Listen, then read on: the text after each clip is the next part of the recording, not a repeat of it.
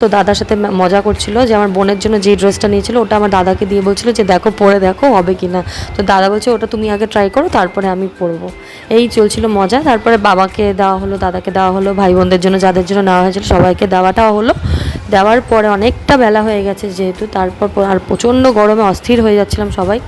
তো এরপরে ওই যেই রিচুয়ালস আমাদের ষষ্ঠীর কি বা জামবাটিতে করে আম দুধ দেওয়া জামাইকে দিতে হয়, যেটা ও কখনোই কোনো দিনই খায় না।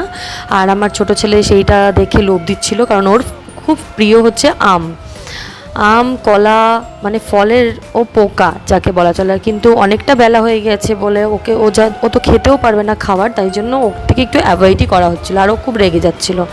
তারপর এক এক করে চললো আমাদের এই পর্ব আশীর্বাদের। প্রথমে মা করে নিল তার নিজের জামাইকে, অবশ্যই জামাইকে, এই দুই নাতিকে বরণ।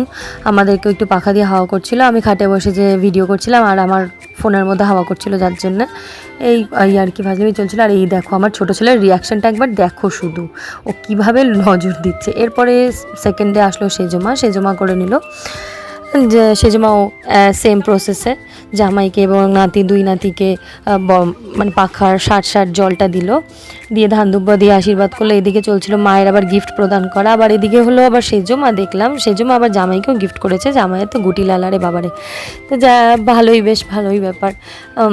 তো হচ্ছে এই চললো। এরপরে কাকিমুনির টার্ন আসবে।